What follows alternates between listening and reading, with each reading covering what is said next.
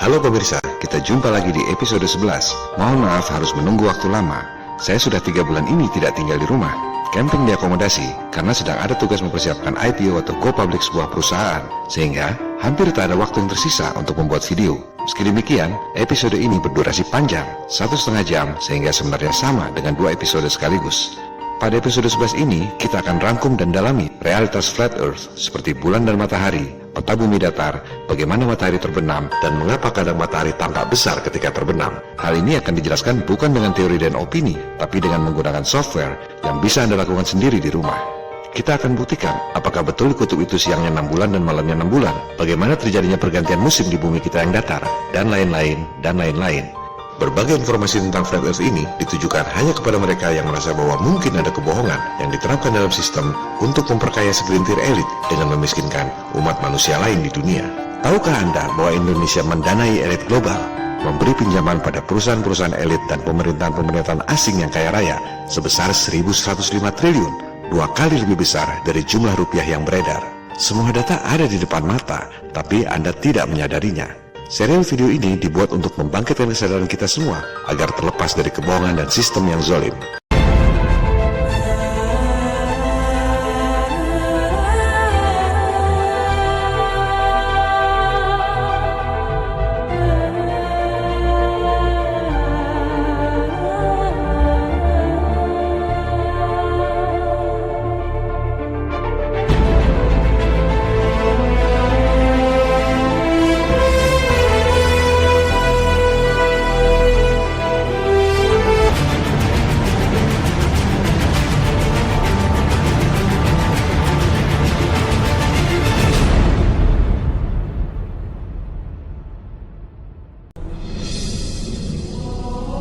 Kita dari kecil diajarkan tentang alam semesta versi sains modern, bahwa matahari itu besar, bumi mengelilingi matahari, alam semesta tak terhingga besarnya.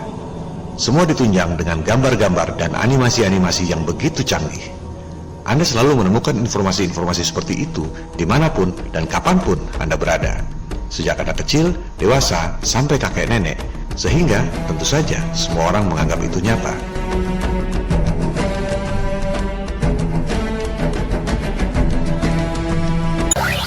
Research has shown that if you're repeatedly exposed to the phrase, the body temperature of a chicken, that's right, the body temperature of a chicken, even if no useful information is given about the body temperature of a chicken, you are more likely to judge as true this statement: the body temperature of a chicken is 34 degrees Celsius. It's not, by the way, it's actually closer to 41. But this finding highlights an important aspect of our psychology that plays a huge role in how we see the world. The things we're exposed to repeatedly feel more true. Now, the way this seems to work is through a mechanism called cognitive ease. Cognitive ease is a measure of how hard your brain is working, from easy, like when you're scrolling through Facebook, to hard, like if you're trying to multiply 14 times 37 in your head. Things that are true generally elicit cognitive ease, like fire is hot, Earth revolves around the sun, dogs have 4 legs, and so on. Not only do these things feel true, they also feel familiar, effortless, and they feel good. All of these are outcomes of cognitive ease. Now, the trouble arises because cognitive ease can be artificially created in other ways. One way is just by repeating the stimulus. In a classic experiment at 2 Michigan universities, experimenters took out ads in the school newspapers. Each ad consisted only of one of these nonsense words. Cardiga, Sarisic, Baiwangi, Nansoma, Ikitaf. They were printed with different frequencies. One word appeared in the paper only once, while others appeared 2, 5, 10, or 25 times. The word frequencies were reversed at the other university. At the end of the experiment, researchers sent out questionnaires asking people to rate the meaning of each of these nonsense words on a scale from "it means something good" to "it means something bad." And the findings were clear. The more frequently the word had appeared in the newspaper, the more people felt it meant something good. So, with enough repetition, even a nonsense word comes to feel familiar. It triggers cognitive ease and overall feelings of goodness. But in areas like physics, where the answers are counterintuitive and there are many common misconceptions, it's important to be more skeptical. And this is a paradox of learning and critical thinking. Cognitive ease is pleasant. It is effortless, familiar, but it can also trick you. It may make things seem true that aren't, and you may feel like you're learning when you're not. On the other hand, being skeptical and analytical takes more mental work. It's more confusing and it doesn't feel as good, but it's the best way to separate fact from fiction. Hampir semua orang percaya bahwa bumi yang kecil ini mengelilingi matahari yang sangat besar, 400 kali lebih besar dari bulan. Apakah Anda tahu cara menghitungnya? Lucu kan? Orang percaya mati-matian padahal nggak ngerti gimana cara menghitungnya. Kenapa nggak tahu dan kenapa nggak cari tahu? Karena seperti yang dikatakan oleh Derek Muller PhD tadi, perilaku berpikir orang adalah cognitive ease atau kemudahan dalam pemahaman intelektual yang gampangnya saja. Misalnya, api itu panas, kuda kakinya 4, dan lain-lain. Begitu pula bumi mengelilingi matahari. Karena hampir tiap hari dengar atau lihat informasi itu, orang percaya bahwa informasi itu benar. Okay, so here's the picture of the Earth from space. There it is. Since you were a kid, you've seen this image. But you've never seen it from that point of view. You've never seen that with your eyes from that scale of a model, that point of view, from outside of the planet's surface. But yet your brain has three-dimensionalized, oh yeah, that's the Earth. How? Through repetition.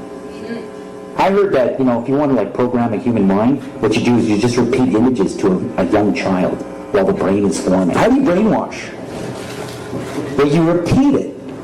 You repeat the same thing over and over again. If somebody's resisting the concept, if you keep fucking repeating it, after 6 times, they'll incorporate it in their brain. They may not agree with it, but repeat it another 1,000 times, they'll start saying it. Jadi, paradigma orang pada umumnya, animasi-animasi dan hitungan-hitungan itu adalah fakta, pasti. Namanya juga ilmu pasti, pasti betul. Saintis itu pintar-pintar semua. Pasti semua yang dikatakan itu betul. Kalau beda pendapat, artinya bodoh. Sekali lagi saya tanya, Anda tahu nggak cara menghitung jarak alam semesta? Bagaimana menghitung jarak matahari, planet-planet, dan bulan? Jangan percaya apa kata saya. Silakan Anda cari sendiri. How do astronomers measure distance? How are they able to measure how far away a star is? Right. So it turns out, that measuring the distance to a star is an interesting problem. Anda dengar sendiri, interesting problem, katanya. Sebenarnya para saintis juga nggak tahu jarak sebenarnya. Semua adalah teori yang tak pernah bisa dibuktikan kebenarannya. Yang jadi masalah adalah jika teori yang sebenarnya tidak terbukti itu diajarkan di sekolah-sekolah seolah fakta. Informasi-informasi ini yang masuk dalam alam bawah sadar Anda sejak kecil menciptakan illusion of truth seperti yang dikatakan oleh Derek Muller tadi. So, astronomers have come up with 2 different techniques to estimate how far away any given star might be. Now, that first technique involves triangulation or parallax. So, the Earth orbits the sun, right? Yeah. Well, as it orbits that sun, there's a diameter of orbit of about 186 million miles. So by looking at a star one day and then maybe 6 months later looking at it again, astronomers can see a difference in the viewing angle for that star. So with a little trigonometry, which is frankly terrifying to me, the different angles yield the distance. Anda dengar sendiri, stellar parallax seperti yang telah dijelaskan pada episode 3. Ini yang tak pernah bisa dibuktikan oleh Galileo. Rasi bintang tak pernah berubah tiap 6 bulan ketika bumi mengelilingi matahari. Oleh sebab itu, para saintis mengajukan metode penghitungan yang kedua. But there's an approximation, right? Yes, and this is a pretty clever one. This is the second technique. Astronomers can use brightness to figure out a star's distance. So they do this because it turns out that a star's color spectrum is a good indication of its actual brightness. Menghitung jarak berdasarkan indikasi terangnya cahaya bintang. Hebat bukan? Indikasi, asumsi. Jangankan menghitung jarak bintang berdasarkan perbedaan cahayanya. Apakah Anda bisa menghitung perbedaan jarak tiang lampu berdasarkan perbedaan cahayanya? Science fiction. Let's talk about some of the astronomical units that astronomers use, including the astronomical unit. So the astronomical unit refers to the distance between Earth and the Sun, the average distance. It's about 149 million kilometers or so. Jadi jelas bukan? Asumsi di atas asumsi. Dasarnya adalah asumsi jarak matahari yang didapat di atas asumsi jarak bulan. Jika jarak bulannya salah, maka jarak mataharinya salah. Akibatnya, jarak dan volume alam semesta salah. Akibatnya, seluruh kosmologi versi sains modern runtuh. Ini kartu asnya. Seperti yang sudah saya katakan pada episode bonus, kalau Anda tahu cara menghitung jarak bulan dan matahari, Anda akan tahu titik lemah yang bisa meruntuhkan keseluruhan sistem. Menembak pas di jantung atau di otaknya, seluruh sistem akan runtuh. Kita akan membahas soal ini sebentar lagi. Sebelumnya, mari kita urus secara ringkas kapan dan mengapa ada teori bumi datar dan ada teori bumi bola, sehingga kronologinya menjadi jelas dan utuh pemahamannya. Peradaban manusia modern pertama di dunia yang diketahui orang sampai saat ini bukan lost civilization seperti Atlantis dan lain-lain, tapi yang benar-benar kita ketahui adalah bangsa Sumeria, Babilonia kuno. Sebagian besar pengetahuan kita saat ini, mereka sudah melakukannya. Pengetahuan tentang bercocok tanam, irigasi, astronomi, sistem politik, hukum, dan lain-lain. Matematika mereka disebut heksadesimal. Sangat bagus untuk menghitung angka-angka yang besar sekali dan yang kecil sekali. Abjad mereka disebut cuneiform, berisi 400 abjad huruf, bukan 26 abjad ABCD seperti kita. Bicara soal sains, mereka yang membagi lingkaran menjadi 360 derajat. Mereka yang menemukan sistem jam dan membagi satu hari menjadi 12 jam siang dan 12 jam malam.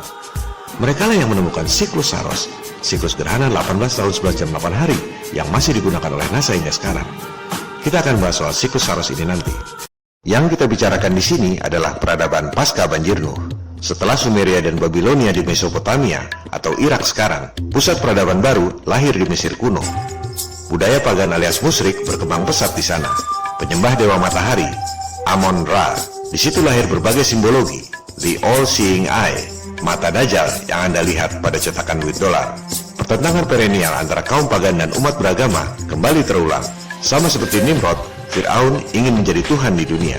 Same old story, tak pernah berubah. Dan sama seperti Nabi Ibrahim, salah seorang keturunannya yang saleh, yakni Nabi Musa, menentang Fir'aun yang ingin menjadi Tuhan di dunia. Setelah dominasi peradaban Mesir kuno menurun, sekitar 2600 tahun lalu, lahir pusat peradaban baru, Yunani kuno. Sejak zaman itu, pengetahuan dikaitkan secara personal dengan orang yang mengemukakan. Maka, kita pun mengenal nama-nama perorangan seperti Pythagoras, Plato, Aristoteles, Archimedes, dan lain-lain. Budaya musyrik penyembah dewa matahari pun berlanjut di situ. Dari zaman Yunani kuno itulah pertama kali lahir teori matahari sebagai pusat alam semesta. Referensi standar seperti Wikipedia menyebut bahwa teori bumi mengelilingi matahari pertama kali dikemukakan oleh seorang Pythagorean, bukan Pythagoras tapi penganut aliran Pythagoras, bernama Philolaus. Alasannya, unsur api lebih kuat dari unsur tanah. Oleh sebab itu, pusat alam semesta pasti matahari, bukan bumi. Jadi alasannya itu sama sekali tidak saintifik. Pada referensi lain lagi, yang juga dimuat di media elit global Wikipedia, sebelum Pythagorean, bahkan ada yang lebih dulu mengemukakan teori heliocentrik, yakni seorang pagan atau musyrik Yunani kuno bernama Martianus Capella. Bahkan disebut dalam buku Copernicus bahwa teori heliocentrik yang dikemukakannya itu sangat dipengaruhi oleh Martianus Capella 2400 tahun lalu. Alasan unsur api lebih kuat dari unsur tanah ini adalah persis seperti yang dikisahkan dalam Al-Quran, di mana iblis yang terbuat dari api merasa lebih mulia dari Nabi Adam yang terbuat dari unsur tanah. Jadi, soal matahari atau bumi pusat alam semesta ini merupakan pertentangan ideologis dan spiritual sepanjang sejarah manusia, sejak manusia pertama dilahirkan. Ini adalah hal yang harus diluruskan terlebih dahulu. Yang namanya Copernicus, Kepler, Galileo sama sekali tidak membawa ajaran baru. Mereka hanya mengulang apa yang dikemukakan oleh Pythagoreans dan Martianus Capella 2400 tahun lalu. Mainstream science mempropagandakan lewat sekolah-sekolah sejak abad ke-15, seolah ajaran Copernicus adalah modern. Seolah Galileo mengatakan kebenaran sehingga dihukum oleh otoritas agama. Padahal Galileo dihukum karena perbuatan makar lewat buku Dialogue Concerning the Two Chief of World Systems. Bahkan, boleh dikatakan apa yang dikemukakan oleh Galileo tak ada apa-apanya dibanding yang dilakukan oleh Aristarchus of Samos 2300 tahun lalu. Aristarchus menghitung jarak bulan, bukan cuma bikin bagan planet-planet mengelilingi matahari. Metode Aristarchus ini yang digunakan oleh mainstream science sampai sekarang.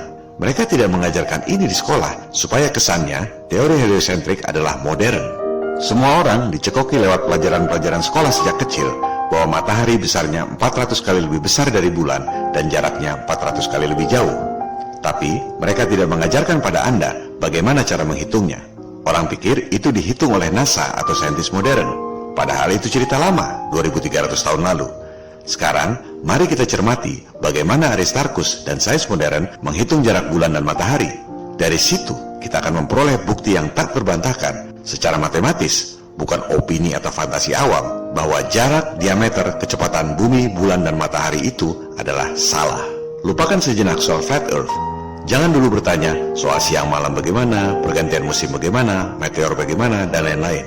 Pahami dulu kesalahan dan kebohongan dari teori yang ada, baru kemudian berusaha mencari kebenaran. Kalau tidak rusak, buat apa diperbaiki?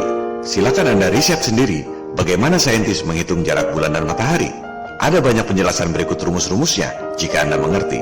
Saya berusaha cari penjelasan yang paling mudah dipahami oleh masyarakat awam. Penjelasan ini dibuat oleh kalangan sains pada umumnya, berjudul Measuring the Sun and the Moon. Saya akan cuplik tanpa dipotong dan tanpa diterjemahkan dulu untuk mentes seberapa jauh pemahaman kita. Setelah itu, baru akan kita kupas secara detail. Aristarchus estimated the size of the moon using eclipses. The moon takes about 2 minutes to rise above the horizon. This motion is caused by the Earth's rotation, which takes a day to turn 360 degrees, and 2 minutes to rotate the length of the moon. And that means the moon takes up half a degree of the sky. During a lunar eclipse, the moon falls behind the Earth's shadow for at most 3 hours. It moves through Earth's shadow because it's orbiting the Earth. It takes a month to fully orbit the Earth and 3 hours to orbit through Earth's shadow. So the Earth's shadow occupies 1.5 degrees of the sky. This gives us a moon that is a third the size of the Earth. But this is incorrect because the sun is not a point of light, it's an area of light. This means that the sun casts a soft shadow, which is not 1 Earth diameter, but 3/4. With this correction, we get a moon that is 1/4 the size of the Earth. We also can find the size of the orbit from the size of the shadow, as 3/4 of an Earth times 360 degrees divided by 1.5 degrees. And that is equal to 2 pi times the distance to the moon, giving us a moon that is 30 Earth diameters away. Mari kita bahas secara detail. Asumsi perhitungan dimulai dari terbitnya bulan di horizon, dari mulai tidak ada sampai bulannya utuh. Disebut lamanya 2 menit. Kemudian, asumsinya bulan terbit disebabkan karena buminya berputar. Jadi, perhitungannya 2 menit dibagi 24 jam kali 60 menit dikali 360 derajat, sama dengan 0,5 derajat. Itu dianggap sebagai 0,5 derajat langit. Stop sampai sini dulu. Taruhlah kita percaya bumi bentuknya bola dan bulan terbit akibat buminya berputar 24 jam. Apakah Anda menangkap kurangnya variabel pada perhitungan tersebut? Coba Anda perhatikan. Rumus itu dibuat dengan memperhitungkan bumi berputar 24 jam.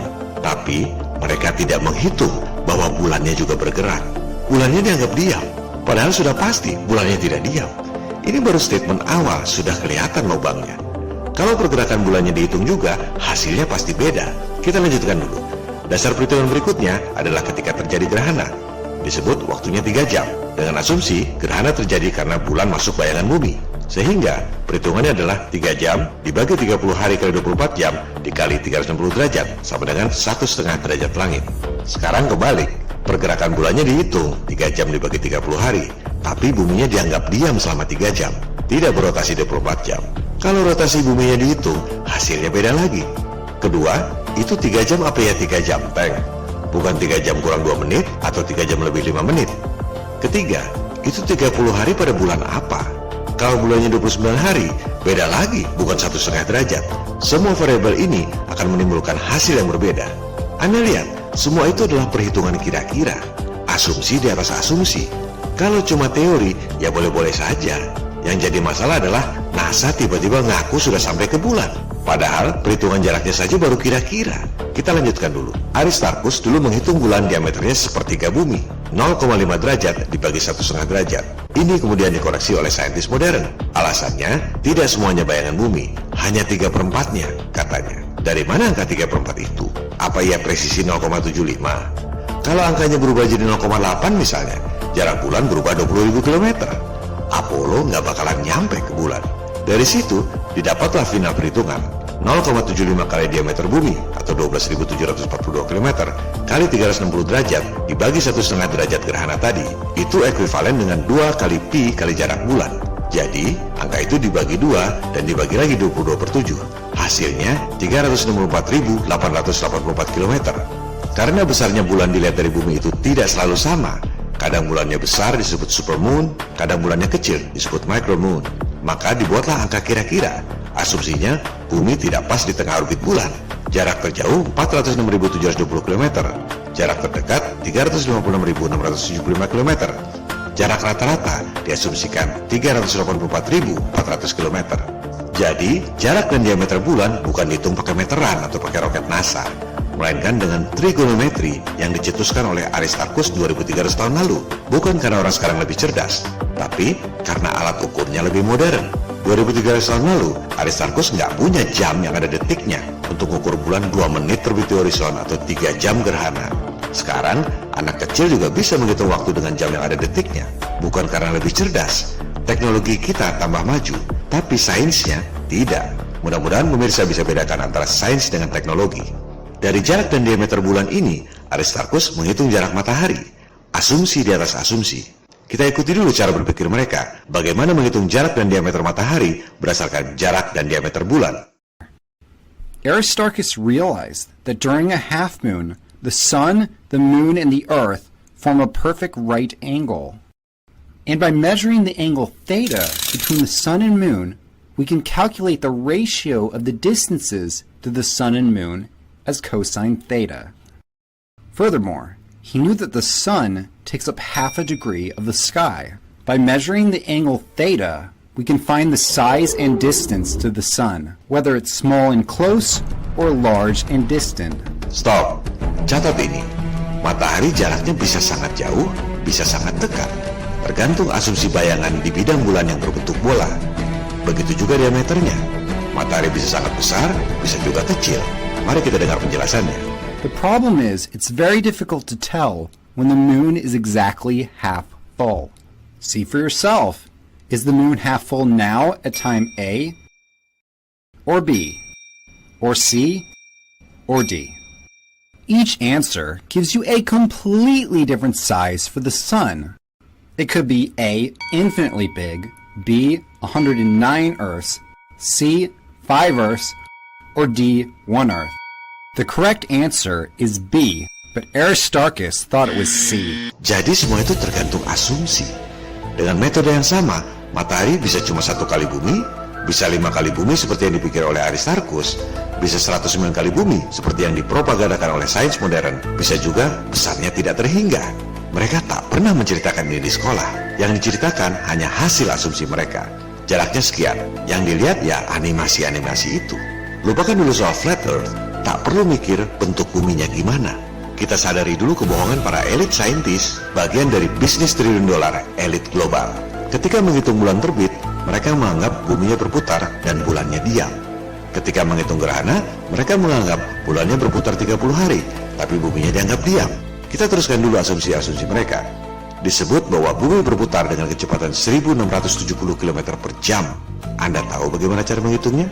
Mudah sekali. Keliling khatulistiwa bumi dianggap 40.075 km. Dibagi saja 24 jam, dapatlah angka 1670 km per jam. Apakah Anda merasa bahwa bumi ini berputar? Pasti tidak. Tapi Anda harus percaya.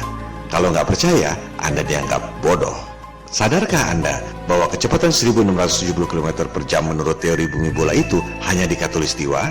Jika Anda berdiri pas di tengah kutub utara, Anda tidak berputar 1670 km per jam, tapi cuma muter 360 derajat di tempat yang sama.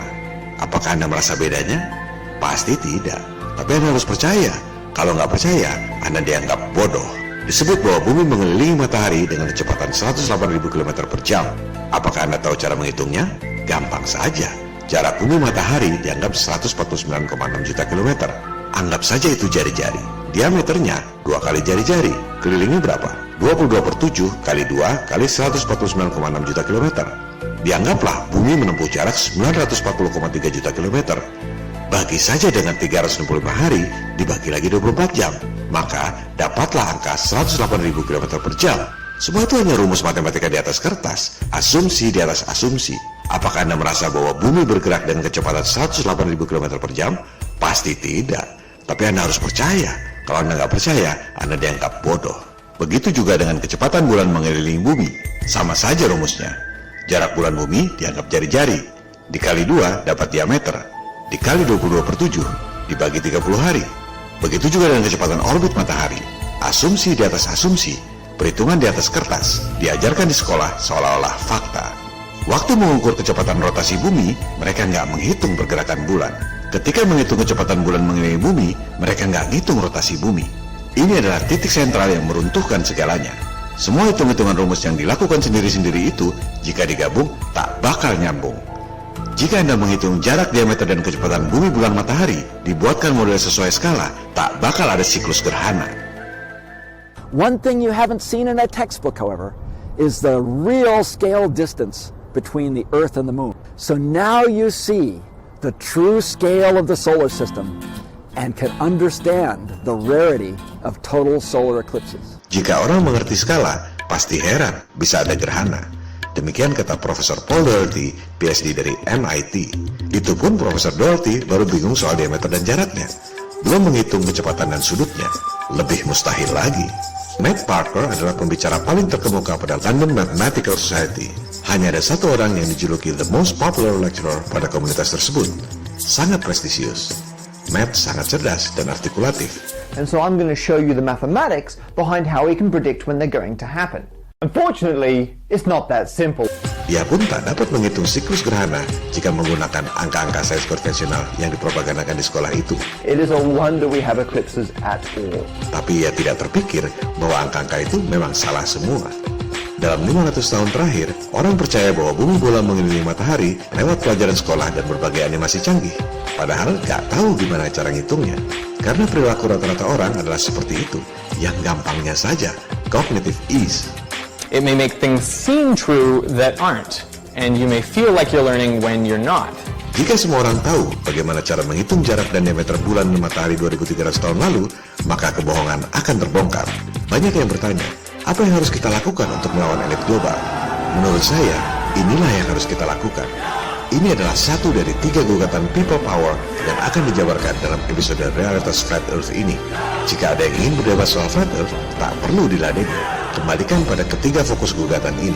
Ajak semua profesor, doktor, dan akademisi untuk memverifikasi dogma bulan dan matahari yang selama ini diajarkan di sekolah. My sons were better men. Ingat, bukan berdebat dengan awam, juga bukan untuk minta rubah pelajaran, tapi mengajak para akademisi secara informal untuk membuktikan bahwa jarak, diameter, kecepatan bumi, bulan, dan matahari itu salah. Dari sini, kebohongan terbongkar yang berdampak pada snowball effect, runtuhnya kredibilitas elit global.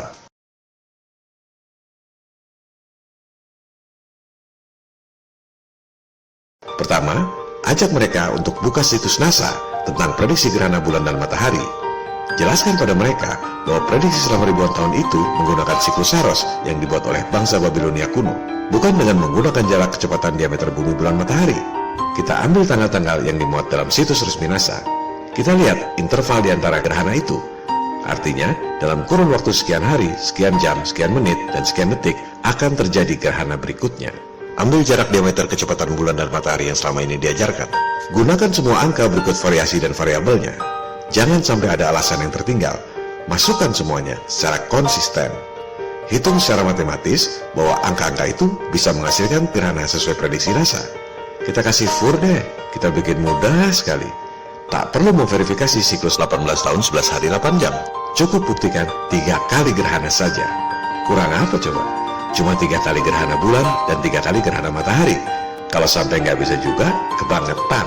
Sekarang, kita buktikan bahwa dogma jarak, diameter, kecepatan bumi, bulan, matahari yang selama ini diajarkan tak dapat menghasilkan siklus gerhana. Bisa menghitung secara matematis sesuai angka-angka jarak, diameter, kecepatan, sudut bumi, bulan, matahari yang selama ini dipropagandakan. Atau bisa juga dengan membuat model, apakah itu model mekanik ataupun model simulasi komputer, asal berdasarkan skala dan angka-angka propaganda sains itu. Misalnya, bikin skala 1:100 juta. Bikin model bumi, diameternya 12,74 cm. Model bulan, diameternya 3,47 cm. Model matahari, diameternya 13,9 meter. Posisikan bulan pada jarak 3,84 meter dari bumi, dan matahari 1,49 km.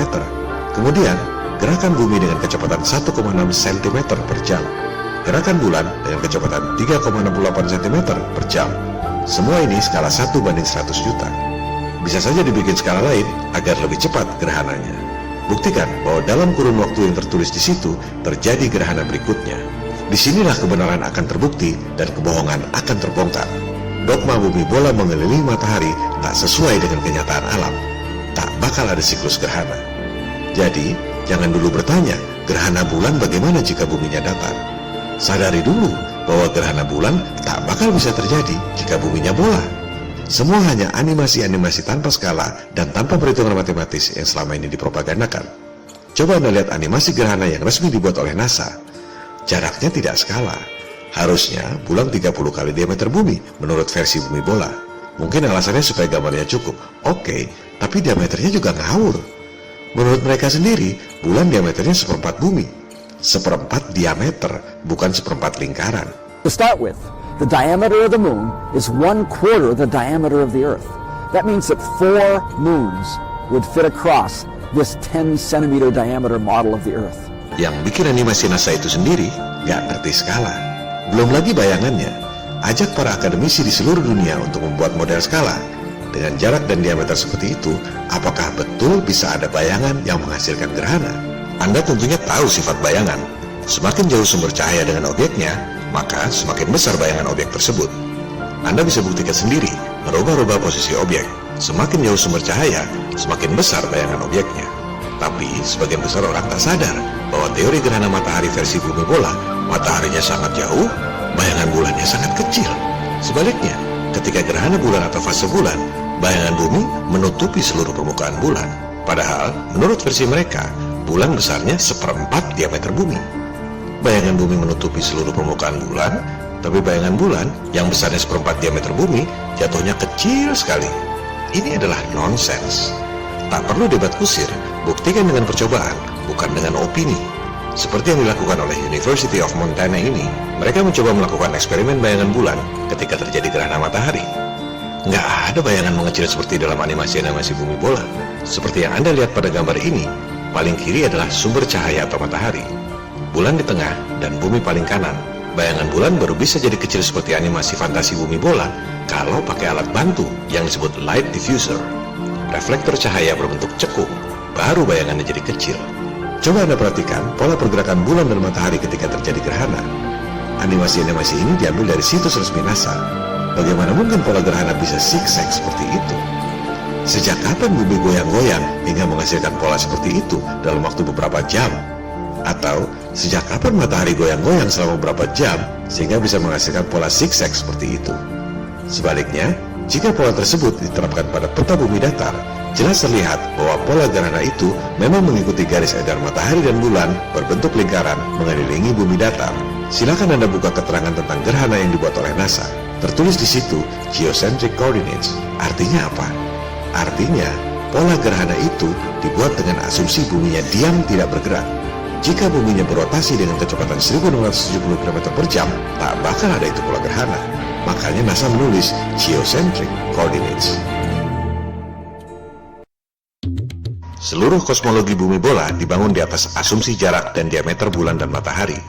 Asumsi di atas asumsi. Jika asumsi dasar yang salah, maka semuanya runtuh. Mari kita renungkan sebentar agar lebih paham apa konsekuensi dari kesalahan ini. Misalnya, asumsi Anda memiliki sebuah warung dengan pendapatan 1 juta rupiah per hari. Dalam sebulan, pendapatan Anda 30 juta rupiah. Dari situ, Anda membangun 50 warung lainnya. Sehingga pendapatan Anda 50 kali 30 juta sama dengan 1,5 miliar per bulan. Anda dari kecil dicekoki informasi itu terus-menerus, sehingga Anda percaya bahwa Anda punya pendapatan 1,5 miliar rupiah per bulan. Kemudian, ternyata Anda tak punya warung awal dengan pendapatan 1 juta rupiah per hari itu. Akibatnya, seluruh perhitungan dan turunannya menjadi salah. Anda tak punya pendapatan 1,5 miliar rupiah per bulan, dan Anda marah pada yang memberitahu Anda. Perhitungan matematikanya pasti betul, asumsi dasarnya yang salah. Mungkinkah seluruh kosmologi bumi bola yang diajarkan selama ini di seluruh sekolah di dunia bisa salah? Mari kita dengar testimoni nyata dari Profesor Michio Kaku PhD tentang kemungkinan seluruh teori fisika modern runtuh jika asumsi dasarnya salah.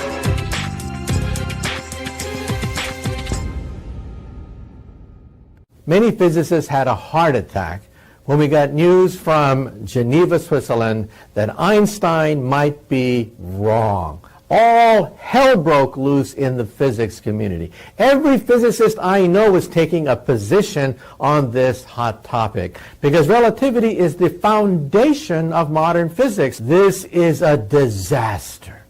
It means that the foundations of modern physics have to be called into question. Not to mention that we'll have to recalibrate everything. The age of the universe, the age of stars, the distance to the stars, the basic structure of modern electronics has to be changed, the GPS, nuclear weapons, all of that would have to be recalibrated and rethought through if Einstein's theory of relativity is wrong. Apalagi jika banyak orang sadar bahwa jarak diameter kecepatan bumi, bulan, matahari adalah salah total. Runtuhlah seluruh kosmologi bumi bola dan hancurlah kredibilitas NASA dan elit global.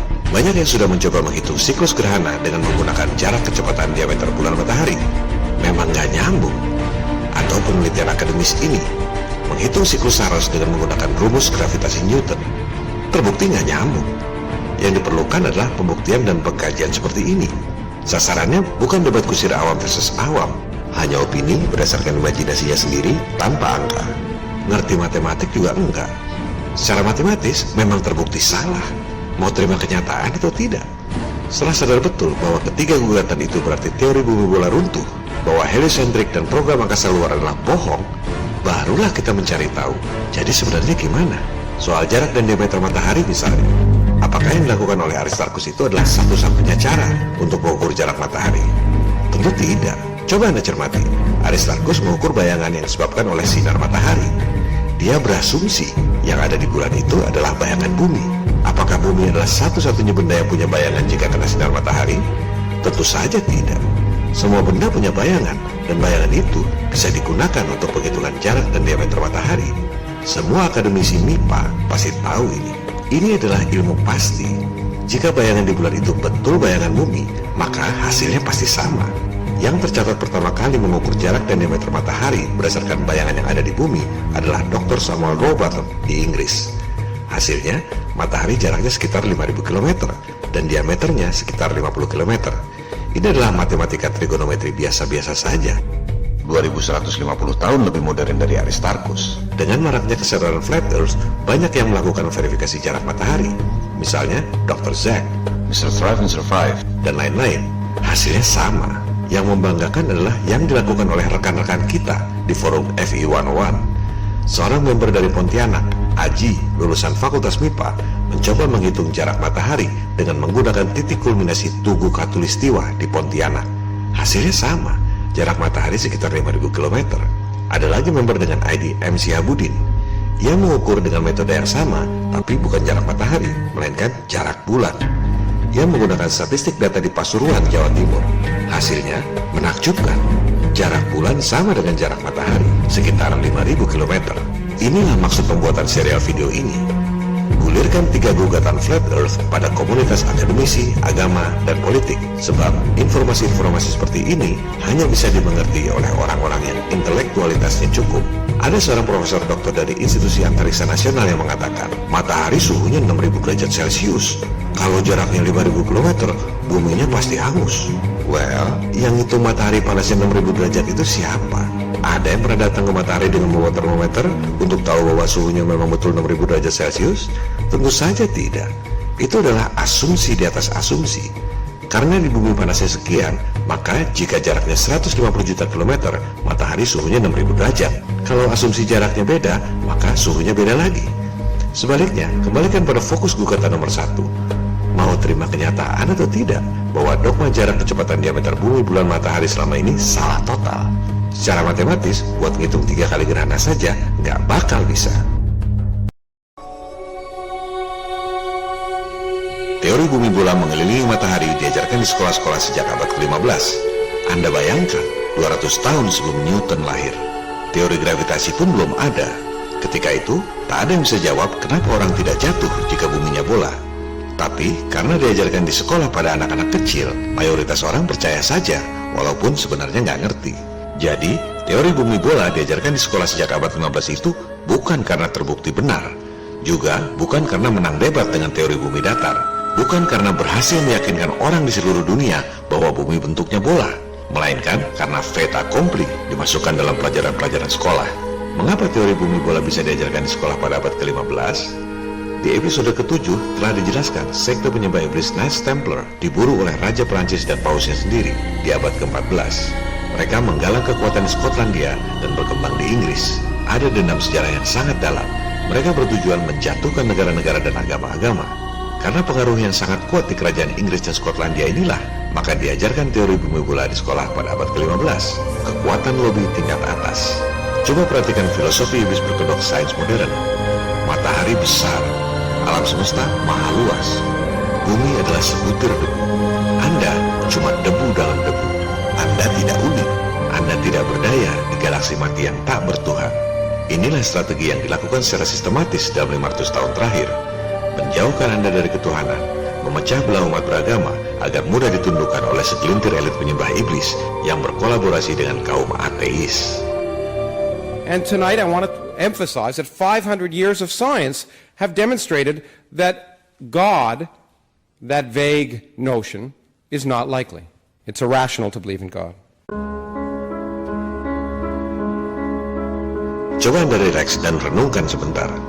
Jika ada orang mengatakan ia melihat semut 1 cm pas menutupi gajah 4 meter berulang-ulang lewat tiap tahun, apakah Anda percaya? Semut 1 cm pas menutupi gajah 4 meter lewat depan mata secara teratur tiap tahun. Anda percaya atau tidak? Kok Anda percaya matahari 400 kali lebih besar dari bulan? Atau Anda ambil bola gundu 1 cm dan bola raksasa 4 meter. Anda lempar, tendang, tembak dengan meriam atau dengan cara apa saja, sehingga gundu 1 cm itu pas menutupi bola raksasa 4 meter. Silakan Anda coba ribuan, jutaan, triliunan kali. Jika Anda mampu melakukannya, saya hapus semua video-video ini. Itulah kemustahilan gerhana matahari versi heliosentrik. Sebaliknya, jika mereka berkata, buktikan bahwa ada dua benda alam, besarnya bisa persis sama. Ya memang nggak mungkin kalau nggak ada yang membuatnya. Matahari dan bulan adalah dua energi yang bertolak belakang, yin dan yang. Intelligent design. Inilah tanda-tanda bagi orang-orang yang berpikir. Jika Anda melihat sebuah gelas, secara logis Anda akan tahu bahwa pasti ada yang membuat gelas itu. Meskipun Anda tak pernah melihat siapa yang membuat dan tak bisa membuktikan kapan dan bagaimana gelas itu dibuat. Begitu pula halnya dengan alam semesta, bulan dan matahari misalnya. Dua benda langit yang besarnya sama, tapi sifatnya bertolak belakang. Yang satu datangnya siang, yang satu datangnya malam. Matahari sinarnya panas, bulan sinarnya dingin. Divine balance energy, intelligent design. Pasti ada yang membuatnya, Tuhan yang Maha Kuasa. Hal ini yang tak diinginkan oleh kaum penyembah iblis yang berkolaborasi dengan kaum ateis. Alam semesta adalah random. Anda hanyalah kecelakaan kosmik yang tak punya tujuan dalam hidup. Dogma-dogma ini terus didengungkan pada komunitas sains. Sampai-sampai dalam film anak-anak Superman vs Batman pun, Neil deGrasse Tyson masih sempat mempropagandakannya. You go back to Copernicus, where he restored the sun in the center of the known universe, displacing Earth. And you get to Darwinian evolution, and you find out we're not special on this Earth, we're just one among other life forms. And now we learn that we're not even special in the entire universe because there is Superman. Matahari itu kecil. Coba Anda perhatikan teleskop NASA yang disebut SOHO. Sering ada benda langit menabrak matahari. Jika mataharinya 109 kali bumi, itu benda yang nabrak sebesar apa? Jauh lebih besar dari bumi. Bagaimana mungkin bumi yang katanya kurang dari 1% matahari itu tidak berasa? Ada banyak anomali dalam rekaman teleskop SOHO NASA itu. Mereka tayangkan live. Begitu ada anomali, biasanya rekaman langsung diedit. Tapi ketika ditayangkan live, kebetulan ada yang sempat merekamnya.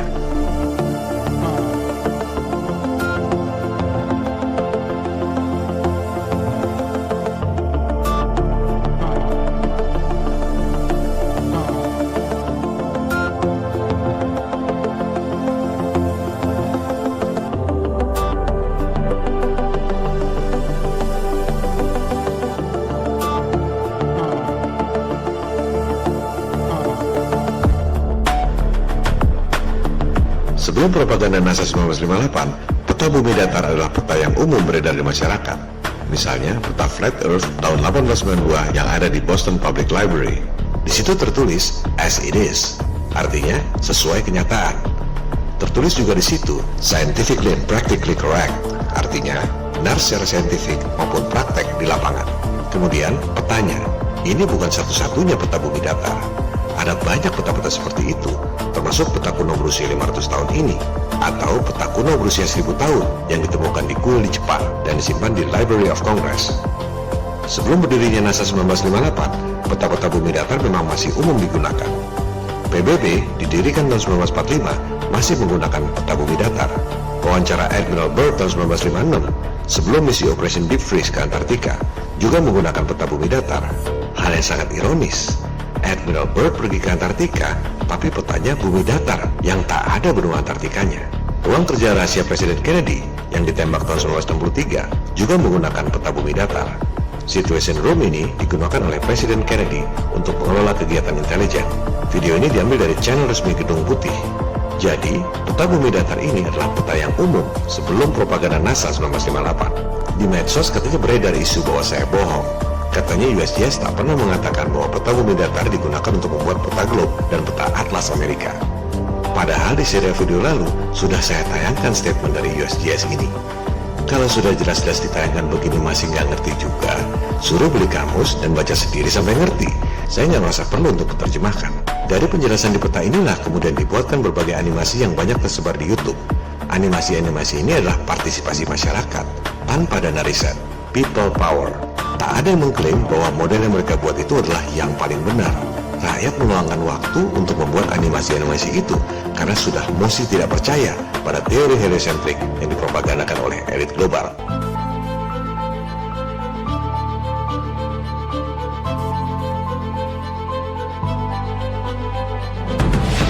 Siang dan malam terjadi karena sinar matahari bersifat lokal. Cakupan sinarnya hanya beberapa ribu kilometer saja. Hal ini sudah dijelaskan pada episode 4. Jika matahari jaraknya 150 juta kilometer, sinarnya pasti menyebar ke seluruh alam, bukan mengecil seperti itu. Cahaya matahari bersifat lokal, seperti contoh lampu-lampu kota di kejauhan ini. Pada episode 4, kita sudah bandingkan cahaya kota dan cahaya matahari, sama-sama bersifat lokal. Jika Anda memperhatikan alam, Anda mungkin bisa melihat siang dan malam berdampingan. Misalnya, dari dalam pesawat. Di jendela kiri, Anda bisa melihat malam hari berikut bulannya. Tapi di sebelah kanan, Anda bisa melihat siang berikut mataharinya. Begitu pula di darat. Di sebelah timur, Anda melihat bulan bersinar di malam hari. Di sebelah barat, Anda melihat sinar matahari di siang hari. Siang dan malam berdampingan. Ini tak mungkin terjadi jika matahari besarnya 109 kali bumi dan sinarnya menyebar sejauh 150 juta kilometer. Ini adalah rekaman video yang tidak diedit dan tidak dipotong. Di barat ini, kita lihat matahari terbenam. Kamera diteruskan ke arah timur atau kanan Anda. Di timur, Anda melihat malam berikut bulannya. Siang dan malam berdampingan. Matahari kita kecil dan sinarnya lokal, beredar pada porosnya, seperti yang dikatakan dalam kitab-kitab suci.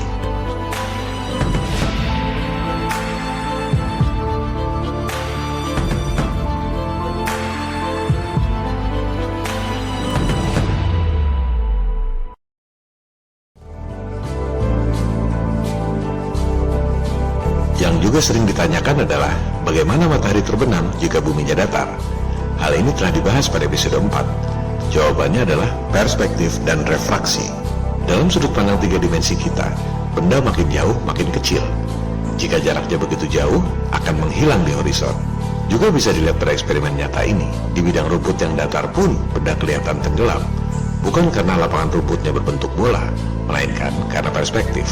Jika cuaca tidak lembab dan polutif, dan tidak ada penghalang di horizon, kita akan melihat dengan jelas bahwa matahari mengecil. Lantas, mengapa matahari kadang terbenam dalam bentuk yang besar? Pertama, karena terhalang benda di horizon. Misalnya ini, matahari menghilang karena terhalang dataran tinggi di horizon. Atau yang ini, matahari menghilang karena terhalang awan di horizon. Jangan lupa, awan itu tingginya mencapai 7-10 km di atas permukaan tanah.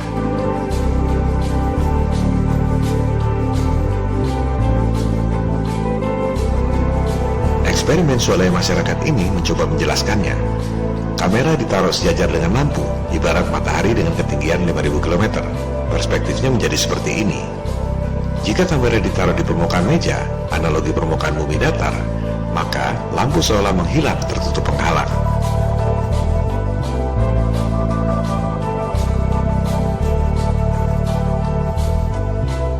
Udara pun tidak selalu jernih, kadang lembab dan polutif. Itu membuat matahari seolah hilang. Eksperimen ini menggunakan plastik transparan sebagai analogi lembabnya udara. Anda lihat, sama persis dengan fenomena di alam nyata.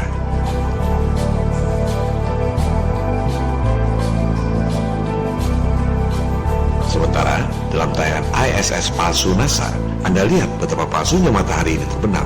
CGI tak ada di alam nyata. Kebanyakan udara memang tidak jernih, lembab dan polutif.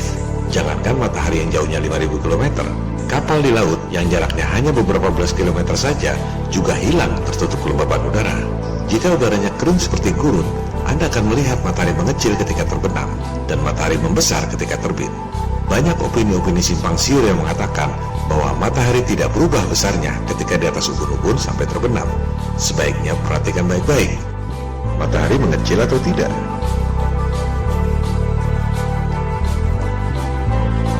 Matahari membesar atau tidak?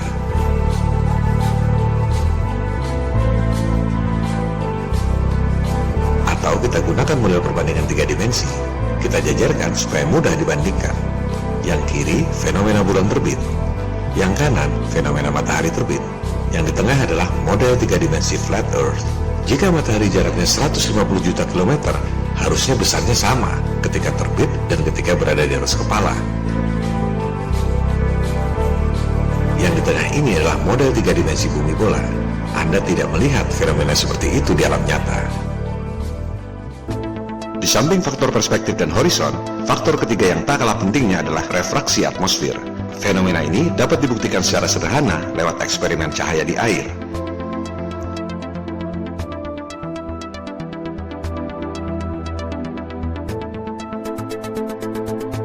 Jadi, matahari yang kita lihat itu bukan posisi yang sesungguhnya, melainkan sudah terefraksi oleh atmosfer.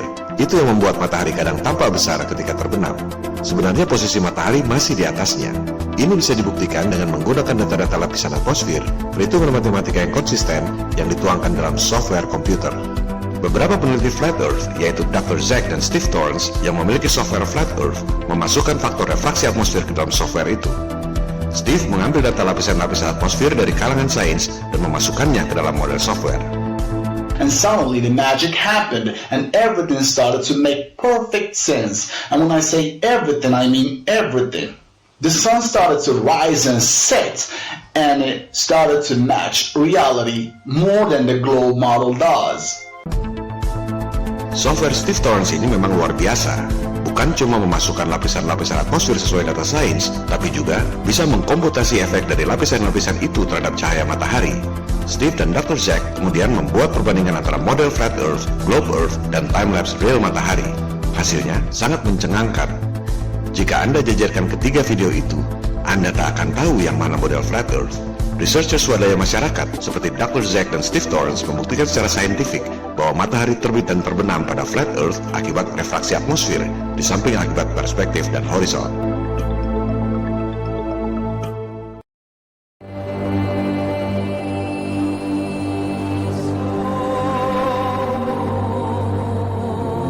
Di negeri subtropis ada 4 musim dalam setahun. Bagaimana ini bisa terjadi? Kita kembali pada peta Flat Earth yang disimpan di Boston Public Library. Ini bukan hanya peta, melainkan semacam katalog yang berisi banyak informasi penting. Pertama, Anda perhatikan angka di sekeliling peta. Bumi adalah sebuah jam, 12 jam siang dan 12 jam malam. Matahari dan bulan beredar pada porosnya, seperti jarum panjang dan jarum pendek pada jam. Setiap tempat yang terletak persis di bawah matahari adalah jam 12 siang. Oleh sebab itu, daerah-daerah di muka bumi mengalami perbedaan waktu.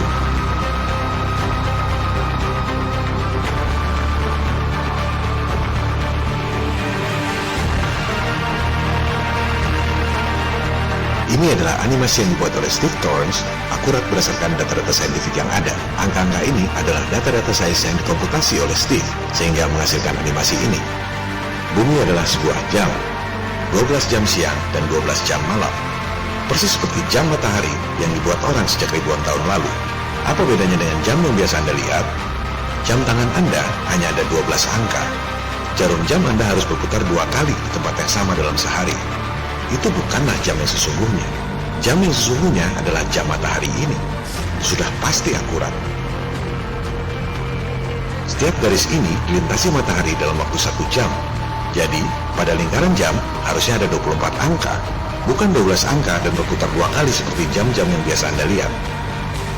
Pada episode bonus lalu, kita telah bahas bagaimana menentukan arah kiblat yang paling akurat lewat bayangan matahari seperti yang ditulis di web nu.org.id. Itulah posisi kiblat yang sesungguhnya di bumi kita yang datar.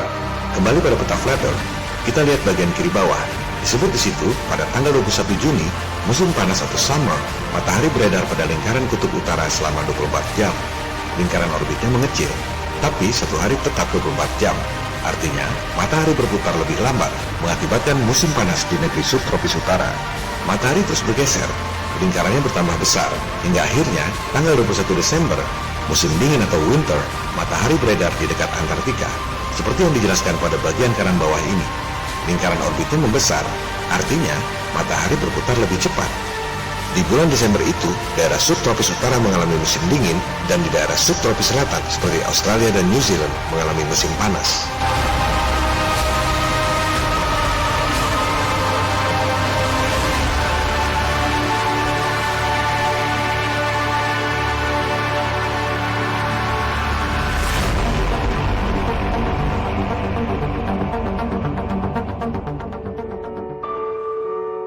Banyak yang bertanya, mengapa di kutub utara dan di Antartika siangnya 6 bulan dan malamnya 6 bulan?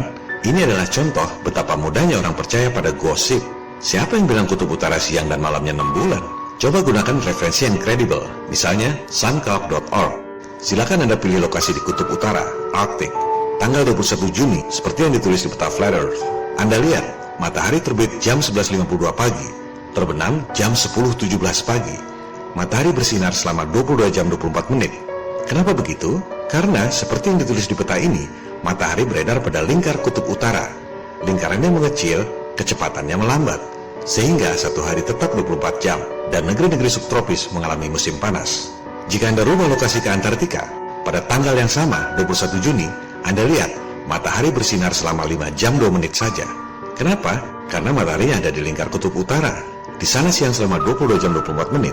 Sementara di Antartika siangnya cuma 5 jam 2 menit. Kita kembali ke kutub utara. Benarkah matahari bersinar selama 6 bulan? Coba kita geser 3 bulan, 21 September, musim gugur. Kita lihat, di kutub utara matahari bersinar 12 jam saja seperti biasa. Sementara di Antartika, matahari juga bersinar 12 jam. Jadi, siapa bilang kutub utara dan Antartika masing-masing siangnya 6 bulan dan malamnya 6 bulan? Begitu mudahnya ditipu oleh gosip di medsos. Sekarang, kita masukkan tanggal 21 Desember, musim dingin. Di Antartika, siangnya 19 jam 52 menit. Sementara, di kutub utara, siangnya hanya 3 jam 23 menit. Kenapa? Kita lihat penjelasan di peta Flat Earth. Tanggal 21 Desember, matahari berada di lingkaran dekat Antartika. Oleh sebab itu, di Antartika siangnya panjang. Lokasinya jauh dari kutub utara. Oleh sebab itu, siangnya hanya beberapa jam, disebut matahari tak pernah terbit.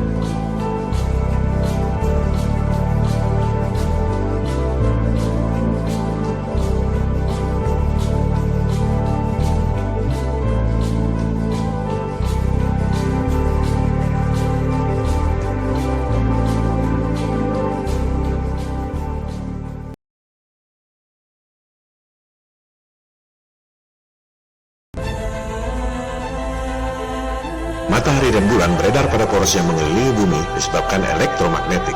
Ini bukan teori khayalan, tapi bisa dibuktikan di alam nyata.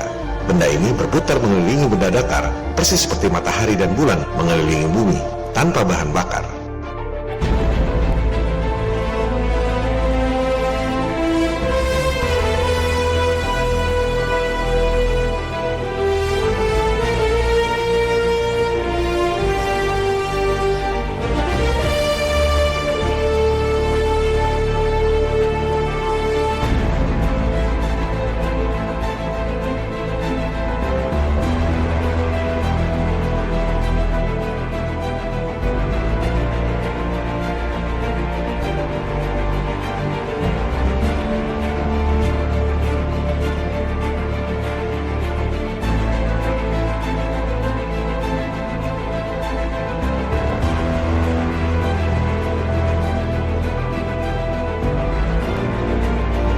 Langit adalah sumber energi yang dahsyat.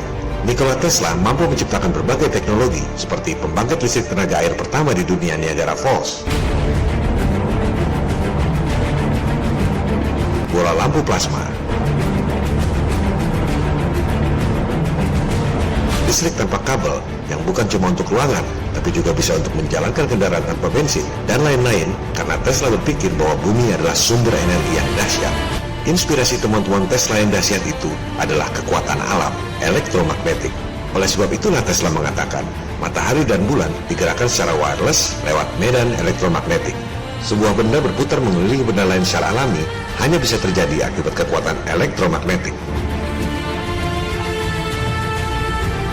Kita sudah membahas tentang atom pada episode 3. Proton dan elektron mengelilingi atom akibat elektromagnetik. Tak ada gravitasi di alam nyata. Teori gravitasi hanya ada dalam gambar-gambar imajiner. Tak perlu berdebat panjang lebar.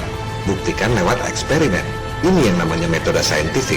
Bukan dengan debat kusir, tapi dengan pengukuran dan eksperimen. Coba buktikan ada benda muter-muter keliling akibat gaya yang namanya gravitasi. Buktikan sendiri. Lantas bilangnya, oh gravitasi baru ada kalau bendanya besar seperti planet. Yaitu namanya teori yang tak pernah bisa dibuktikan. Mereka menghujat ketuhanan. Dibilangnya Tuhan tidak ada karena tak bisa dibuktikan secara nyata. God, that vague notion, is not likely. It's irrational to believe in God. Lantas gravitasi itu apa? Buktinya nggak ada benda muter keliling seperti itu. Tapi orang harus percaya, gravitasi dan juga Big Bang adalah Tuhan palsu sains modern.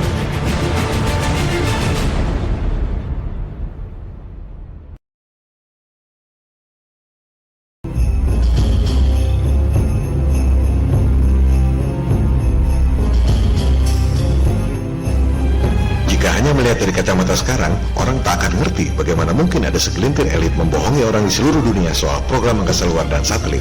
Untuk memahaminya, Anda harus paham kronologi sejarah dan taktik bisnis intelijen global.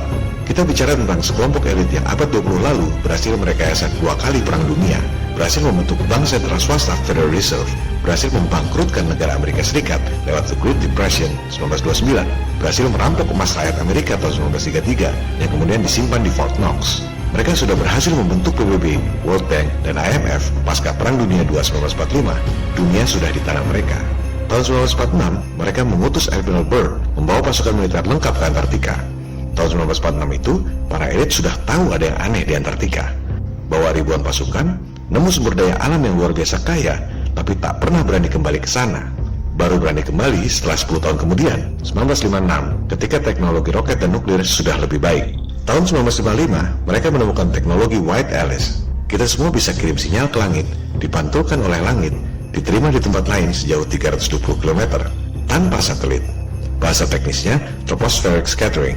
Rahasia militer ini terbongkar secara tidak sengaja ketika tim Discovery News menemukan parabola-parabola raksasa di Alaska. So, we found a bunch of huge sci-fi satellite dish things on the top of a mountain in Alaska, and they look like this. And we just figured out why they're there and what they do, and it's really weird. Dari situlah diketahui umum tentang teknologi White Alice ini. Kirim sinyal ke langit, memantul tanpa perlu satelit. Jika teknologi ini dikembangkan dan diketahui orang, maka biaya telekomunikasi Anda tidak semahal ini. Kenapa harus bayar SMS? Padahal Anda bebas kirim foto-foto lewat WhatsApp, Viber, dan lain-lain. Kenapa harus bayar long distance call mahal-mahal? Padahal Anda bisa video call tanpa pulsa lewat Skype. Biayanya cuma internet. Dan kenapa harus bayar biaya internet? Padahal Anda bisa dapat semua fasilitas itu secara gratis lewat teknologi White Alice. Mereka merahasiakan ini dari Anda. Tak banyak yang tahu bahwa Anda bisa kirim sinyal gratis ke langit dan memantau sendiri tanpa satelit.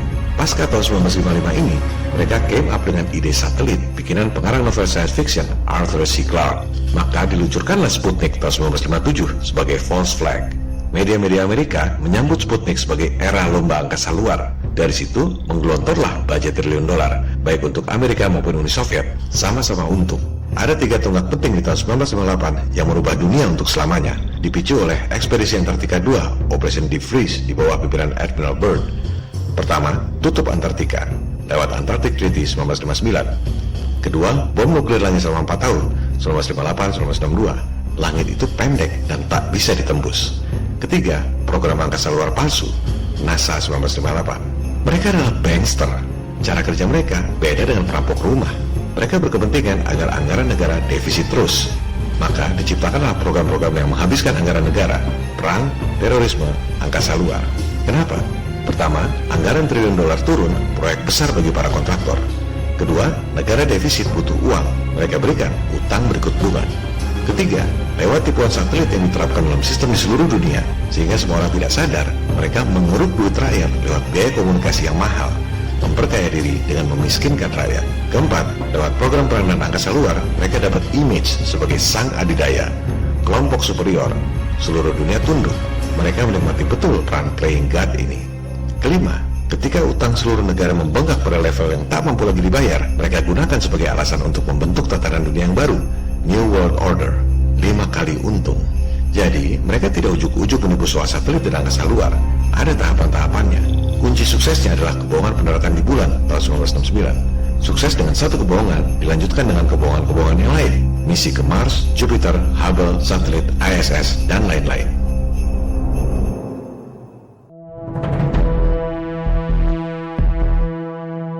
Perdebatan mengenai betul atau tidaknya manusia pernah mendarat di bulan sudah berlangsung selama hampir 50 tahun. Jika Anda cuma memperdebatkan foto-foto dan film-film, tak akan selesai sampai 50 tahun berikutnya.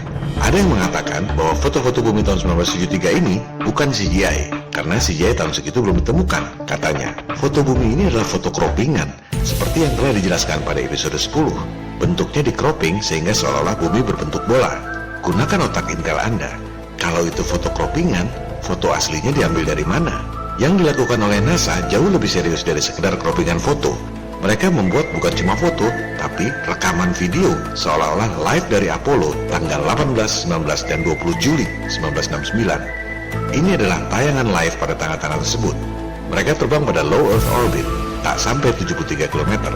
Mereka merekam video bumi dari jendela pesawat yang berbentuk lingkaran, sehingga jendela yang berbentuk lingkaran itu seolah-olah diameter bumi. Dan bidang di sekeliling jendela yang sengaja dibuat gelap seolah-olah adalah kegelapan angkasa luar. Ini adalah suara asli Buzz Aldrin yang menutup jendela-jendela pesawat yang lain agar sinar matahari tidak masuk untuk memberikan efek gelap. Well, we shut out the sun coming in some of the other windows into the spacecraft, so it's looking through the number one window, and there isn't any reflected light. Anda lihat di ujung-ujung bawah ini, kelihatan pantulan ketebalan kaca jendela pesawat. Yang ini sudah lebih sempurna. Mereka tambahkan bidang penutup di sebelah kanan itu, seolah-olah bayangan malam pada bumi.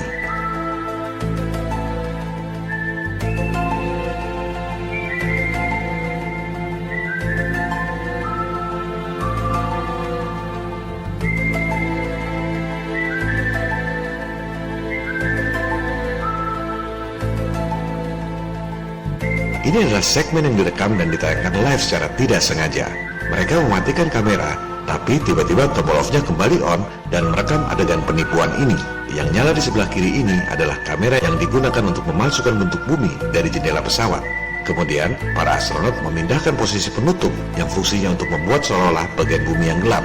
Perhatikan, di sini lampu-lampu dinyalakan dan Anda bisa melihat posisi sebenarnya dari kamera, astronot, jendela pesawat, sinar matahari yang terang benderang, dan bumi yang sebenarnya dekat dengan jendela pesawat. Itu hanya untuk menjelaskan soal pemalsuan foto bumi. Tentang moon landing hoax, jangan berdebat soal foto dan video. Saran saya, fokus pada 2 fakta saja. Pertama, teknologinya. Mungkin Anda berpikir bahwa NASA bikin roket sendiri untuk pergi ke bulan. Padahal tidak. NASA hanya seperti petugas lelang. Masing-masing bidang ada kontraktor-kontraktornya. Untuk riset kendaraan pendaratan di bulan atau LLRV, kontraktornya adalah Bell. Informasi ini saya ambil dari data resmi NASA. Bell adalah perusahaan aviasi yang sangat terkemuka di bidang take off and landing secara vertikal, tapi untuk pesawat baling-baling. Untuk take off dan landing vertikal dengan pesawat jet, Bell bukan ahlinya, apalagi mendarat di bulan.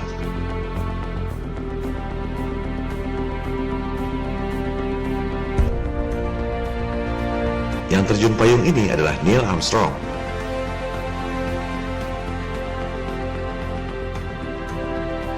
Anda bisa search di web resmi NASA, System Failure Case Study Detail. Adanya informasi tentang kegagalan LLRV. Ini keterangan tentang Neil Armstrong terjun payung. Atau yang ini, LLRV meledak 7 bulan sebelum Apollo diluncurkan. Bahkan yang ini, tahun 1971, LLRV masih meledak juga di bumi. Boro-boro mendarat di bulan. Ini 2 tahun setelah Apollo 11 tahun 1969. NASA tidak secanggih itu. Modalnya cuma propaganda di televisi, seolah-olah sudah mendarat.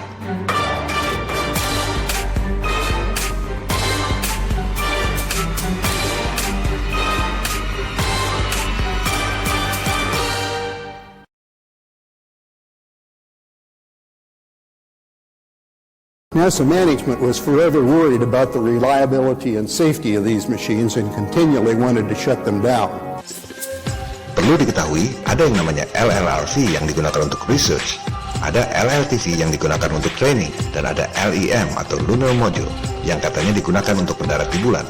LLRV dan LLTV sudah kita saksikan bersama, gagal total, teknologinya belum siap.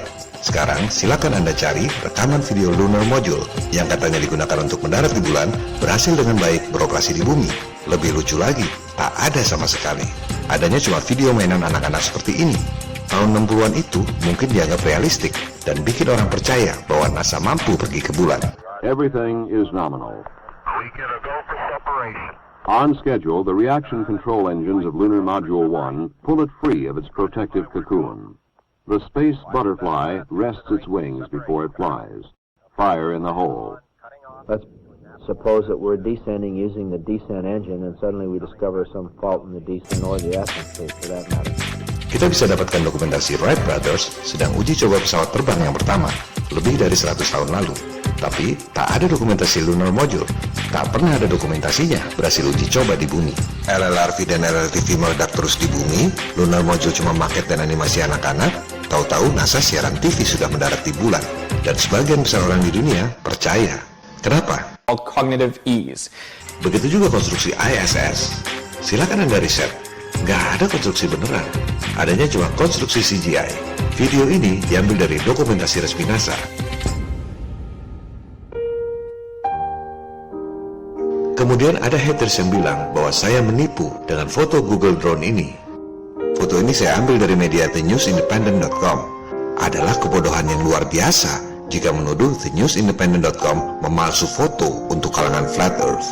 Soal dari mana harian tersebut mengambil foto bukan urusan saya. Fitnahan dan trolling seperti itu adalah hal yang biasa di kalangan psikopat narsis menurut media Psychology Today. Suruh mereka beli kamus dan baca apa yang dikatakan oleh Head Software Engineer Google Earth ini. Saya nggak merasa perlu untuk menerjemahkan. Google Earth memang menggunakan drone. Kesian sekali kalau orang nggak tahu bahwa drone punya kemampuan untuk membuat peta-peta seperti itu. Saya biasa sewa drone untuk bikin film properti bisnis di tengah laut. Karena biasa ngeliat hasil kerja drone, informasi bahwa Google menggunakan drone buat saya biasa saja. Buat orang yang seumur-umur belum pernah sewa drone, mungkin itu berita yang ajaib. Sebaiknya mereka kumpulkan uang buat sewa drone agar ngelihat sendiri bahwa zooming map seperti ini dibuat dengan drone, bukan dengan satelit.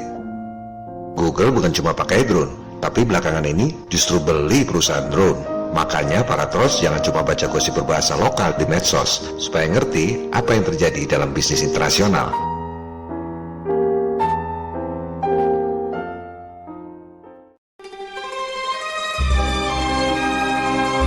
Serial video ini memang tidak dimaksudkan untuk membuat semua orang awam percaya dengan Flat Earth.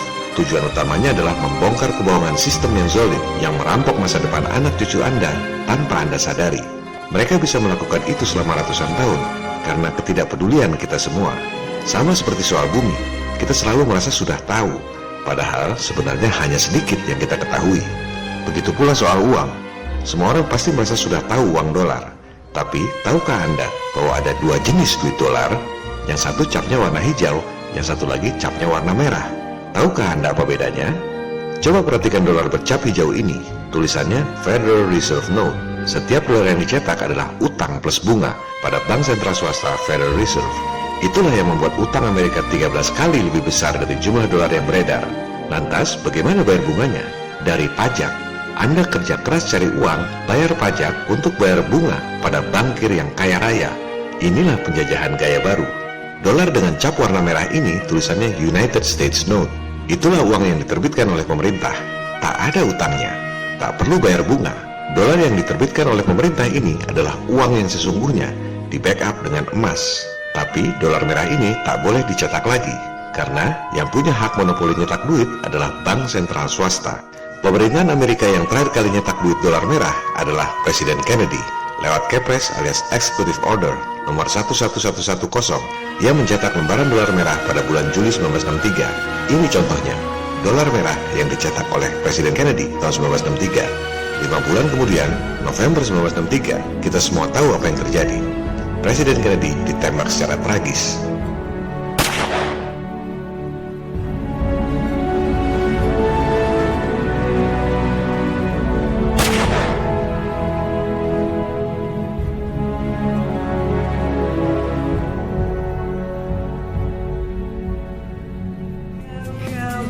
Mengapa pemerintah tak nyetak uang sendiri? Inilah kelihayan elit global yang menerapkan sistem yang menguntungkan mereka dengan merugikan umat manusia lain di seluruh dunia. Disinilah pemahaman Anda diuji. Apakah Anda benar-benar tahu soal uang?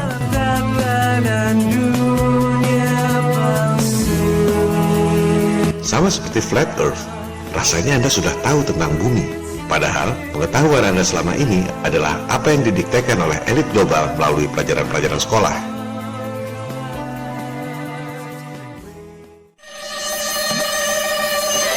Kebohongan soal satelit tak ada apa-apanya dibanding kebohongan yang dibungkus dalam sistem keuangan global. Mengeruk uang Anda, menjara masa depan anak cucu Anda, menjerat Anda dalam utang yang tak akan mampu Anda bayar tanpa Anda sadari. Mari kita gunakan fakta dan angka. Silakan Anda buka laporan keuangan Bank Indonesia. Jumlah uang yang beredar 586,7 triliun. Kita semua kerja banting tulang seumur hidup cari uang. Jumlah uang yang dicari ya 586,7 triliun itu.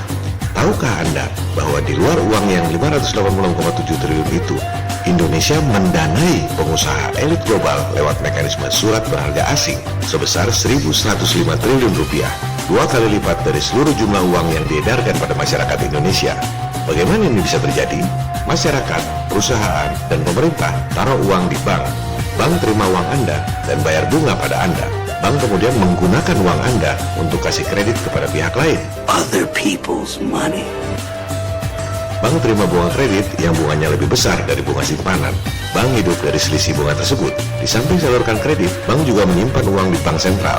Sehingga dana masyarakat, perusahaan, dan pemerintah sebagian disimpan di bank sentral. Pemerintah bahkan bisa taruh uang langsung di bank sentral. Total aset bank sentral kita jumlahnya 1.906 triliun rupiah. Bank sentral tak bisa salurkan kredit seperti bank komersial. Lantas, ditaruh di mana uang-uang itu? Sebagian kecil, kurang dari 2%, disimpan dalam bentuk emas. Cuma 36,7 triliun. Bank sentral kemudian menyimpan uang rakyat dalam bentuk surat berharga asing atau marketable securities. Jumlahnya 1.105 triliun rupiah. Artinya, Indonesia mendanai pemerintah-pemerintah asing dan perusahaan-perusahaan asing yang kaya raya 2 kali lebih banyak dari mengedarkan uang kepada rakyat Indonesia. Bagaimana elit global bisa dapat pinjaman dari uang rakyat Indonesia 1.105 triliun? Cukup dengan surat kas bond. Saya terbitkan surat bond 1 triliun rupiah misalnya. Surat itu dibeli oleh BI dengan uang rakyat. Saya dapat duit 1 triliun tanpa jaminan. Bayangkan, Anda perlu kredit dari bank aja susahnya bukan main. Kalau Anda lalai, Anda diuber-uber debt collector. Mereka jual utang, utangnya dibeli oleh bank dengan uang simpanan Anda. The name's Bond. James Bond. Bisa dapat duit dari rakyat Indonesia 1.105 triliun rupiah tanpa jaminan. Kenapa? Karena mereka adalah elit yang nggak memenuhi syarat. Bikin surat bond tanpa jaminan aja semua bank sentral mau beli. Sementara Anda cuma rakyat jelata. Kalau ditanya, para bankir pasti punya alasan. Kita sudah dengar alasan itu waktu Indonesia kasih pinjaman pada IMF 1 miliar dolar. Pejabat bank mengatakan, emangnya kita nyimpen dolar dalam bentuk uang kertas, mau taruh di lemari? Emangnya berbunga itu duit? Makanya kita beli surat berharga asing. Supaya apa? Supaya uangnya berkembang. Wakil rakyat yang tadinya protes langsung diam. Kita adalah rakyat, tapi kita tidak kalah cerdas dengan elit global. Dikatakan supaya uangnya berkembang. Berapa sih berkembangnya? Coba Anda lihat berapa bunga US Treasury Bond. Hanya 0,04% per tahun. Indonesia kasih kredit ke pengusaha-pengusaha dan pemerintah-pemerintah asing yang kaya raya 1.105 triliun rupiah. Plus, Anda harus nanggung utang luar negeri sebesar 4.358 triliun rupiah dan total utang 5.600 triliun rupiah. Jangan salahkan pemerintah, jangan salahkan pejabat bank. Di negara-negara lain juga begitu. Sama seperti satelit, Semua hanya ikut sistem yang diciptakan oleh elit global. Semua orang bekerja tanpa sadar untuk kepentingan mereka. Inilah sistem yang menguntungkan segelintir elit dengan merugikan umat manusia lain di dunia. Lantas, apa solusinya? Surat berharga asing bukan satu-satunya cara untuk menyimpan falas. Silakan Anda lihat The CIA World Fact Book tentang cadangan devisa. Di situ tulisannya Reserve of Foreign Exchange and Gold, cadangan dalam bentuk falas dan emas. Jadi, surat berharga asing dalam bentuk falas bukanlah satu-satunya cara. Kenapa tidak simpan uang dalam bentuk emas? Anda lihat, bahkan tidak dijelaskan berapa falasnya dan berapa emasnya. Emas jelas lebih bernilai daripada surat utang elit global. Hindari debat dengan awam, nanti argumennya emas kan susah jualnya. Dia pikir jual emas di pasar tradisional kali. Mekanisme internasional tidak seperti itu. Misalnya, London Metal Exchange, London Bullion Market Association yang dulu dibentuk oleh Rothschild. Anda tinggal pencet tombol, langsung laku itu emas dalam hitungan detik. Siapa bilang tidak liquid? Jadi, kalau alasannya supaya cadangan devisa berkembang, emas keuntungannya ganda. Harganya naik, dapat bunga pula. Mana yang lebih masuk akal buat Anda? Pegang emas atau pegang surat utang?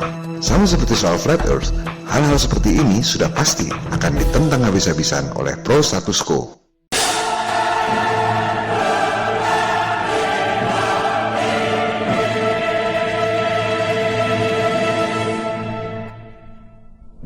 Salah satu pentolan elit global adalah David Rockefeller yang memulai istilah globalisasi dengan menjajah Indonesia secara ekonomi sejak tahun 1967 seperti yang dipaparkan oleh John Pilger dan Profesor Jeffrey Winters pada episode 8. Sekarang, mari kita dengar apa tanggapan David Rockefeller tentang tudingan bahwa keluarga mereka adalah elit global yang merugikan umat manusia lain di dunia. Lewat bukunya Memoirs tahun 2002, David Rockefeller menulis, selama lebih dari 1 abad, para ekstremis idealis di berbagai spektrum politik telah memaksa lewat berbagai insiden terkenal untuk menyerang keluarga Rockefeller dengan tuduhan bahwa kami memiliki peran yang sangat kuat untuk mempengaruhi institusi politik dan ekonomi Amerika. Sebagian bahkan percaya bahwa kami adalah kelompok rahasia atau secret society yang bekerja bertentangan dengan kepentingan nasional Amerika Serikat, menuduh keluarga kami sebagai internasionalis alias elit global dan berkonspirasi dengan pihak-pihak lain di seluruh dunia untuk membentuk struktur politik dan ekonomi global yang lebih terintegrasi. One World, istilah Anda, maksudnya One World Government alias New World Order. Perhatikan, pemilihan kata yang sangat piawai dari seorang intelektual sekelas Rockefeller. Dalam satu alinea, dia menyebut 3 hal penting sekaligus: kelompok rahasia secret society, konspirasi, dan One World Government alias New World Order. Apa jawaban dia? Dengan sangat percaya diri, David Rockefeller mengatakan, jika itu tuduhannya, saya mengaku salah dan saya bangga dengan itu. Dengan kata lain, Rockefeller berkata, saya memang iblis, terus lo mau apa?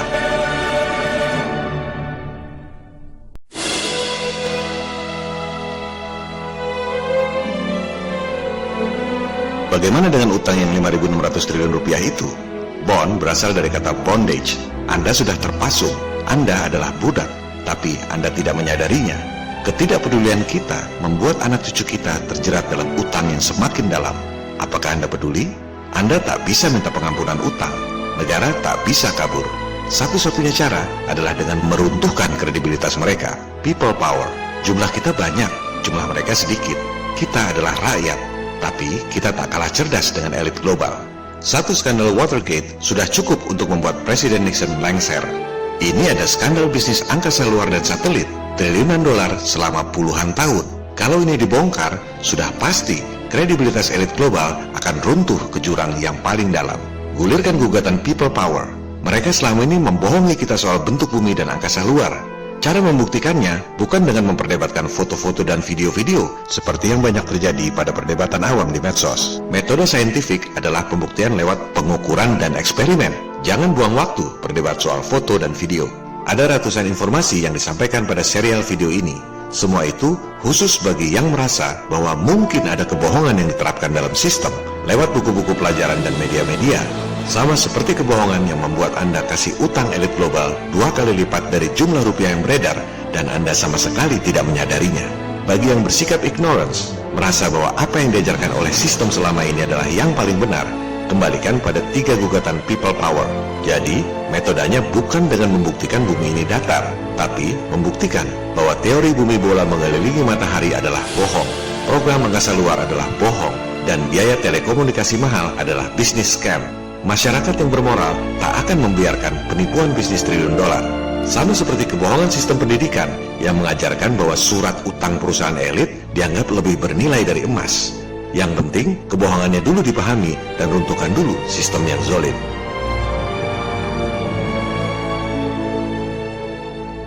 Jadi, kalau ada yang ngajak berdebat soal flat earth, kembalikan pada ketiga gugatan itu. Anda tahu apa tidak cara menghitung diameter bulan? Tahu apa tidak cara menghitung jarak dan kecepatan bulan dan matahari? Perhitungan yang dibuat sendiri-sendiri itu, jika digabung, terbukti nggak nyambung. Sampaikan siklus Saras yang digunakan oleh NASA. Ngerti apa tidak angka-angka itu? Ambil 3 sampel gerhana bulan dan 3 sampel gerhana matahari. Misalnya ini. Silakan hitung sendiri intervalnya. Misalnya ini. Buktikan dengan perhitungan matematis, bukan debat soal foto dan video. Mau terima kenyataan atau tidak bahwa jarak kecepatan bumi, bulan, matahari adalah salah total. Soal jarak, diameter, dan kecepatan yang sebenarnya berapa, itu soal nanti. Yang penting, pahami dulu kesalahan dan kebohongan sistem yang ada. Gugatan yang kedua adalah soal gravitasi, atau lebih mudahnya soal lengkungan bumi. Mereka ngerti rumus Pythagoras atau tidak? Kalau bumi jari-jarinya 6.371 km atau 3.959 miles, maka tiap 1 mil harusnya air melengkung 20 cm. Buktikan dengan eksperimen, bukan debat foto atau video. Bikin bak sejauh 1 mil, isi air, ukur di tiap ujungnya. Apakah airnya turun 20 cm? Sudah pasti tidak. Permukaan air selalu rata. Air melengkung seperti gambar-gambar kartun CGI ini adalah bohong. Gugatan yang ketiga, cabut larangan Antartika, bukan berdebat soal jalur penerbangan atau camping di pinggiran Antartika, tapi buka Antartika dan lintasi dari ujung ke ujung. Barulah terbukti bentuk bumi yang sebenarnya. Ini namanya pembuktian secara empiris. Dijelaskan dengan bahasa Indonesia, dengan tulisan berbahasa Indonesia. Kalau masih ada yang mengajak debat soal jalur penerbangan atau camping di pinggiran Antartika, berarti ada yang salah dengan daya tangkap orang tersebut. Antartika adalah milik seluruh umat manusia. Dicabutnya larangan Antartika merupakan kemenangan bagi seluruh umat manusia, apapun bentuk buminya. Jadi, fokus pada 3 gugatan. Jangan mau diajak debat soal yang lain. Sasaran kita adalah berdebat dengan semua profesor doktor di universitas terkemuka di dunia, khusus tentang 3 gugatan itu, bukan debat kusir dengan awam di medsos. Jangan takut berdebat dengan saintis elit terkemuka di dunia, sebab khusus 3 hal itu kita tahu persis apa yang kita bicarakan. Mereka semua mati kutu. Checkmate. Mereka sebenarnya sudah terpojok. Yang dibutuhkan cuma kesadaran Anda. See, madness, as you know, is like gravity. All it takes is a little push.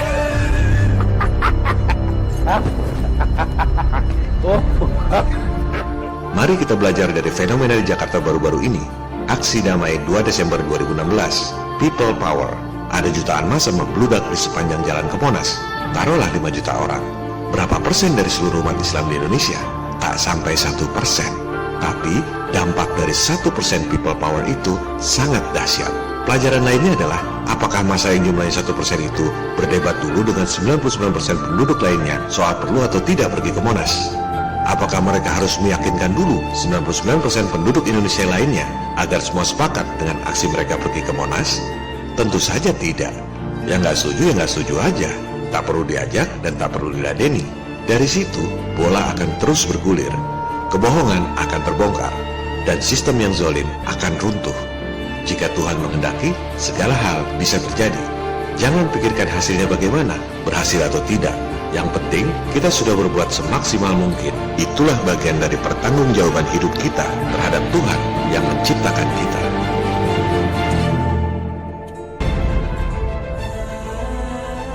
Episode ini sudah terlalu panjang, sudah 1,5 jam. Masih banyak yang belum sempat dibahas. Terpaksa berlanjut pada episode 12. Kita akan lanjutkan pembahasan realitas flat earth yang mind-blowing. Antara lain, Anda semua bisa mengukur sendiri diameter matahari dengan menggunakan data-data resmi sains. Hasilnya, dengan angka-angka resmi sains tersebut, diameter bulan dan matahari hanya sekitar 50 km saja.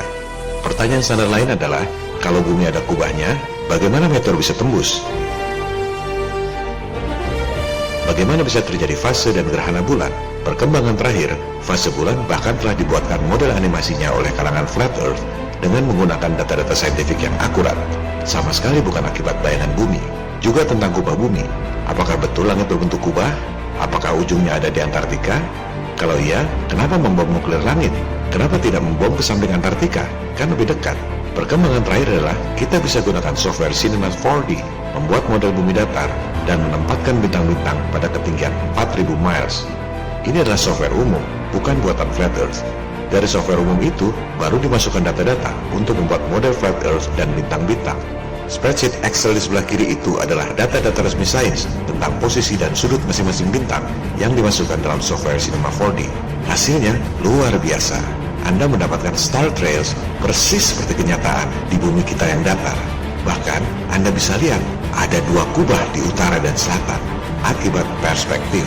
Bagi yang belum paham penjelasan episode bonus tentang kubah selatan, mudah-mudahan akan lebih jelas di episode 12. Kita akan bahas pula, bintang itu sebenarnya apa? Apakah Anda benar-benar pernah memperhatikan bintang-bintang itu apa? Kenapa bisa ada pasang surut dan pasang naik di laut? Dan lain-lain, dan lain-lain. Tapi itu semua adalah upaya pemahaman setelah sadar bahwa teori bumi bulan mengelilingi matahari adalah bohong. Kita selalu fokus pada 3 gugatan itu. Banyak yang masih bertanya, kalau gravitasi nggak ada, kenapa benda bisa jatuh? Rupanya banyak yang belum mengerti soal berat jenis. Juga kita akan dalami kembali soal Antartika. Mengapa Admiral Byrd bawa ribuan pasukan ke Antartika tahun 1946? Ada ancaman apa? Pada episode 12, kita akan bahas bahwa Amerika Serikat mengutus Admiral Byrd tahun 1946 karena sudah memperoleh informasi sitaan perang dari Jerman. Adalah Hitler dan Nazi yang sudah duluan mengeksplorasi Antartika tahun 1930-an. Dari situlah Nazi memiliki pengetahuan tentang teknologi yang tak terpikirkan saat itu. Antara lain, piring terbang. Kita akan bahas pula tentang UFO dan alien. Apakah dari planet lain? Atau dari dimensi lain? Atau dari teritori lain di bumi kita yang datar? Saya tak bisa janjikan berapa lama episode 12 selesai, mengingat tanggung jawab pekerjaan yang begitu besar dalam menangani persiapan perusahaan untuk IPO atau go public. Hanya sedikit sekali waktu yang tersisa untuk membuat video, tapi saya tetap berkomitmen untuk menyelesaikannya. Mungkin sekitar 2 atau 3 bulanan. Terima kasih atas perhatian dan kesabarannya. Mohon maaf atas segala kesalahan dalam serial video yang penuh kekurangan ini. Salam People Power.